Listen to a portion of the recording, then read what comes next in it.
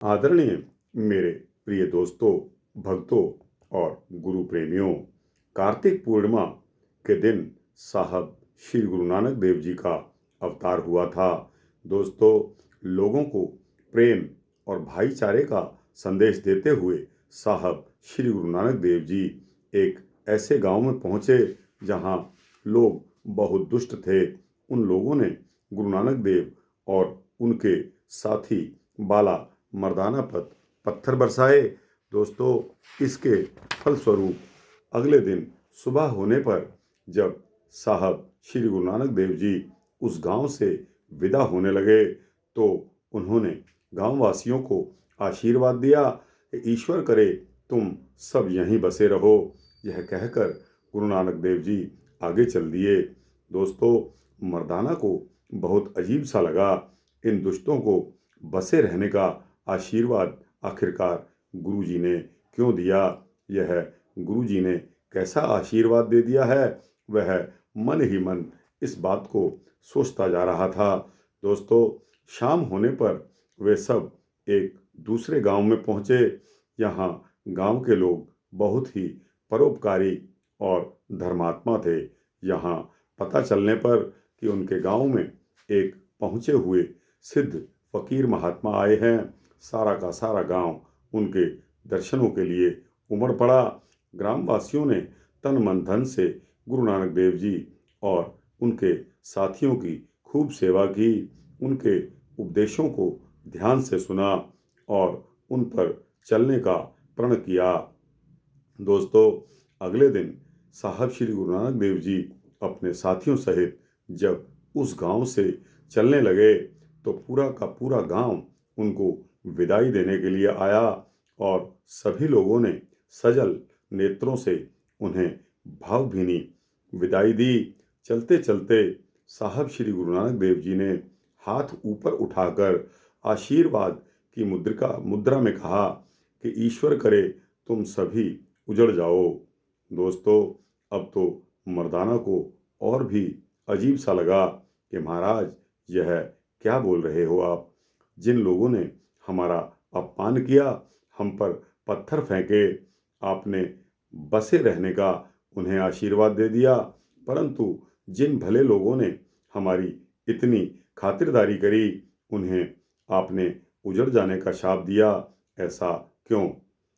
गुरु नानक देव जी इस पर मुस्कुराए और बोले कि भाई मर्दाना, दुष्ट लोग जहाँ भी जाएंगे दुष्टता और बुराई ही फैलाएंगे, इसलिए उनका एक जगह बसे रहना ही अच्छा है।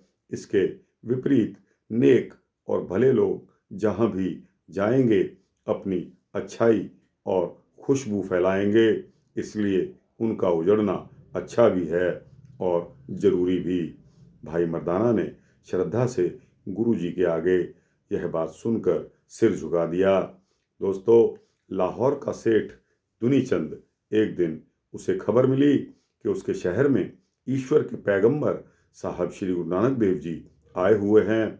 दुनीचंद ने साहब श्री गुरु नानक देव जी के दर्शन के लिए वह भी उत्सुक था। गुरु जी के दर्शन करके वह निहाल हो गया। उसने हाथ जोड़कर गुरु जी से निवेदन किया कि महाराज, मेरे लायक कोई सेवा हो तो बताइए।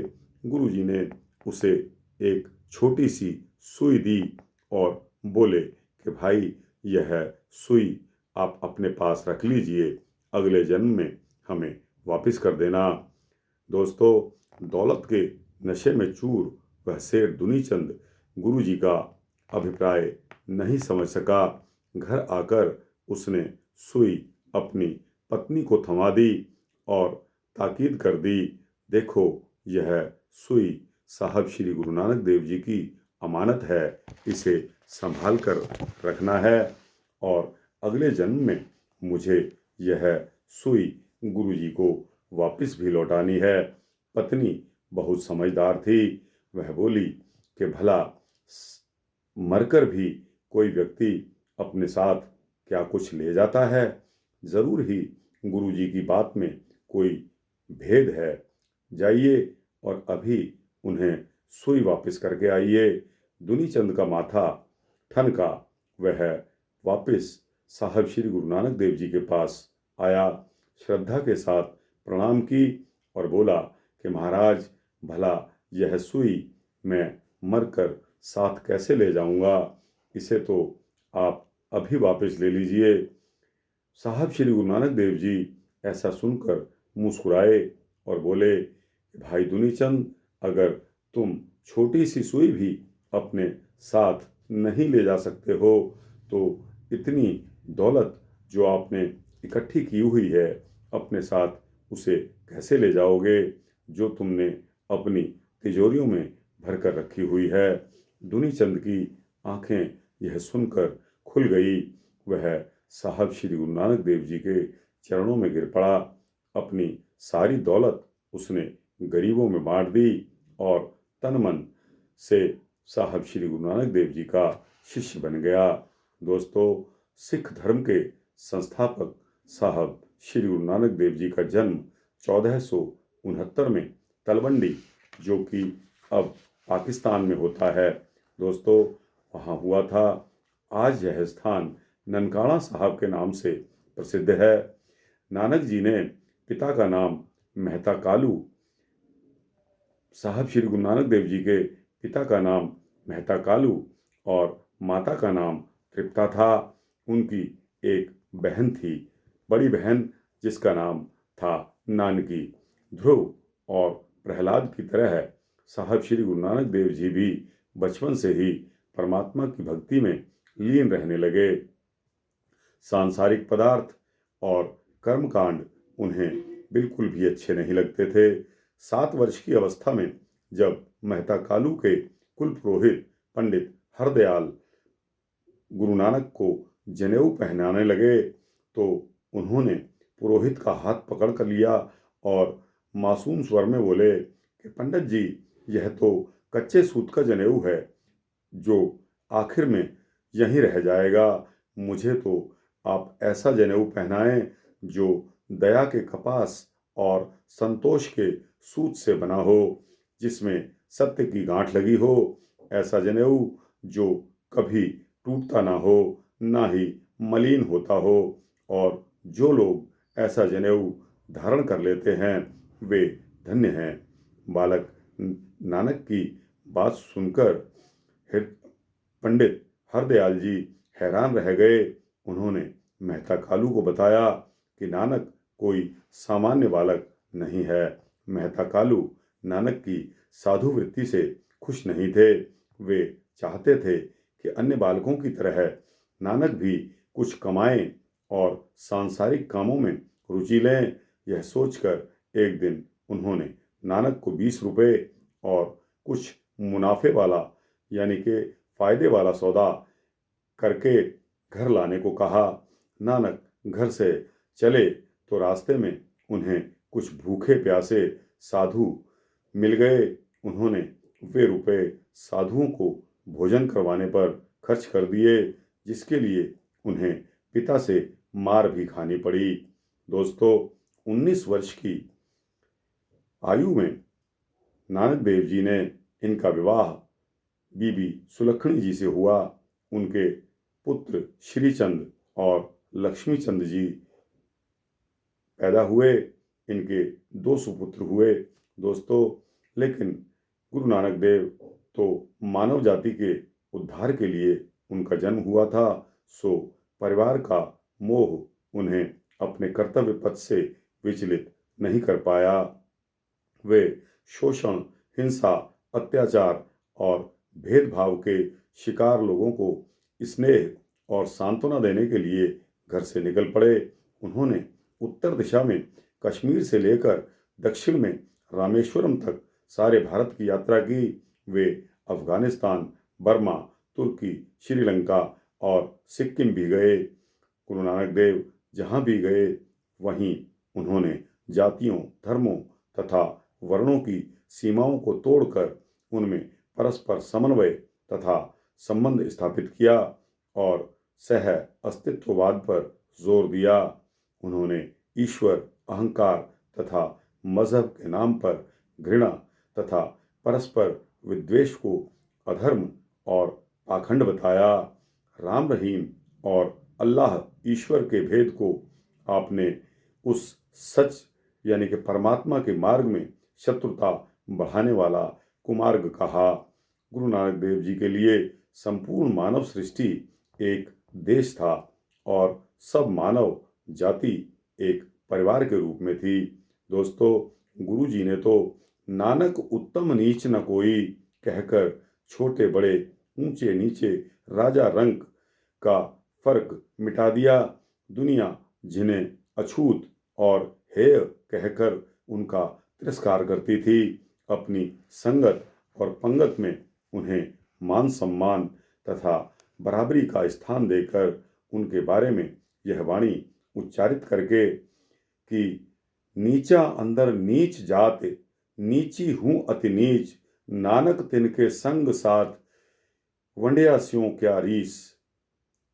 नीचा अंदर नीच जाते, नीची हूँ अति नीच, नानक तिनके संग साथ, वड्या स्यों क्या रीस। उन्होंने तत्कालीन जाति व्यवस्था के खिलाफ न केवल घोर क्रांतिकारी विद्रोह का स्वर बुलंद कर दिया, बल्कि यह भी कहा कि उन्हें भी मानवीय गरिमापूर्ण जीवन जीने का उतना ही अधिकार है जितना तथाकथित ऊंची जाति के लोगों को। दोस्तों, यही नहीं, गुरु जी ने गरीब और मेहनतकश लोगों का खून चूसने वाले पूंजीपतियों, सामंत, मालिकों और खासकर मलिक भागों के नानाविध व्यंजनों को ठुकराकर एक दलित बढ़ई भाई लालो का आतिथ्य स्वीकार किया और उसके खून पसीने की कमाई से बनी हुई सूखी रोटी को बड़े प्रेम से चाव से ग्रहण किया। अपने आप को दलित और वंचित लेकिन मेहनतकश और ईमानदार वर्ग के साथ जोड़कर दुनिया के सामने एक लासानी मिसाल कायम कर दी। उन्होंने धर्म, कुल, जाति, गोत्र, भाषा और वर्ण की अधोगामी और संकीर्ण मनोवृत्तियों से रहित एक ऐसे समानतावादी और मानवतावादी समाज के निर्माण पर जोर दिया जिसमें देवी देवताओं और धर्म के नाम पर वैर विरोध की बजाय सबना जिया का एक दाता और एक पिता एकस के हम बारिक तथा ना को वैरी ना ही बेगाना सगल संग हमको बने आई के उदात्त गुरु सिद्धांत के अमल और आचरण की परिकल्पना थी। गुरु नानक साहब का प्यारा प्रभु किसी मंदिर या मस्जिद की चारदीवारी में कैद नहीं था।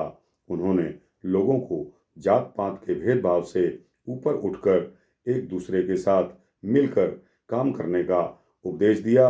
उनका हर जगह पहला संदेश यही होता था, नानक उत्तम नीच न कोई, यानी कोई भी व्यक्ति जन्म से महान या नीच नहीं होता, बल्कि अपने कर्मों से वह होता है। दोस्तों, गुरु जी ने स्त्रियों की निंदा करने वालों को बुरी तरह से फटकारा और कहा कि सो क्यों मंदा आखिए जित जम्मै राजान, अर्थात जिस स्त्री जाति से दुनिया में बड़े बड़े प्रतापी राजाओं, संतों और महापुरुषों को जिसने जन्म दिया है, उसका अपमान करना पाप है।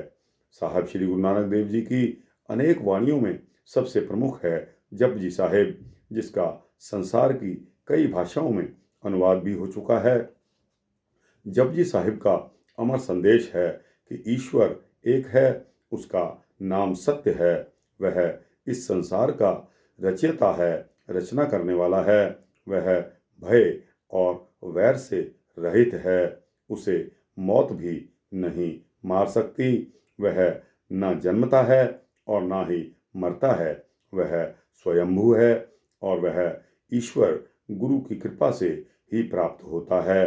जीवन के अंतिम दिनों में साहब श्री गुरु नानक देव जी करतारपुर आकर बस गए। वहाँ वे खेतीबाड़ी करते और ईश्वर का नाम जपते थे। अपने एक परम शिष्य भाई लहणा जी को उन्होंने अपना उत्तराधिकारी बनाया और सन 38 में वह परलोक सिधारे। साहब श्री गुरु नानक देव जी की समूची मानव जाति के हरमन प्यारे गुरु थे। एक कवि ने उनकी स्तुति में लिखा है कि गुरु नानक शाह फकीर, हिंदू का गुरु, मुसलमान का पीर। साहब श्री गुरु नानक देव जी की वाणी गुरु ग्रंथ साहब में महल्ला पहला के शीर्षक से दर्ज की गई है और श्लोकों सहित उनके कुल शब्दों की संख्या 974 है। दोस्तों, यह विशेष वृतांत आपको मैंने गुरु नानक जयंती के शुभ अवसर पर सुनाने का प्रयास किया। दोस्तों, कुछ गलती हो गई हो तो मैं माफ़ी मांगता हूँ एडवांस में, अग्रिम रूप से। दोस्तों, कोई भी इसमें गलत शब्द अगर मैंने प्रयोग कर दिया है तो आपसे माफ़ी अग्रिम रूप से मांगता हूँ। दोस्तों, इसके साथ ही यह वृतांत आपको कैसा लगा? अच्छा लगा हो तो इसको लाइक और शेयर करते हुए दोस्तों, भक्तों, मित्रों, जिज्ञासुओं को, भक्तों को भेजना। और दोस्तों, इस वृतांत को, इस चैनल को सब्सक्राइब करेंगे तो आपको इसी तरह के सूक्ष्म भक्ति वृतांत मिलते रहेंगे। दोस्तों, ऐसी कामना करता हूँ। साहब श्री गुरु नानक देव जी की जय। वाहिगुरु जी का खालसा, वाहिगुरु जी की फतेह। बोले सोनेहाल। सत श्री अकाल।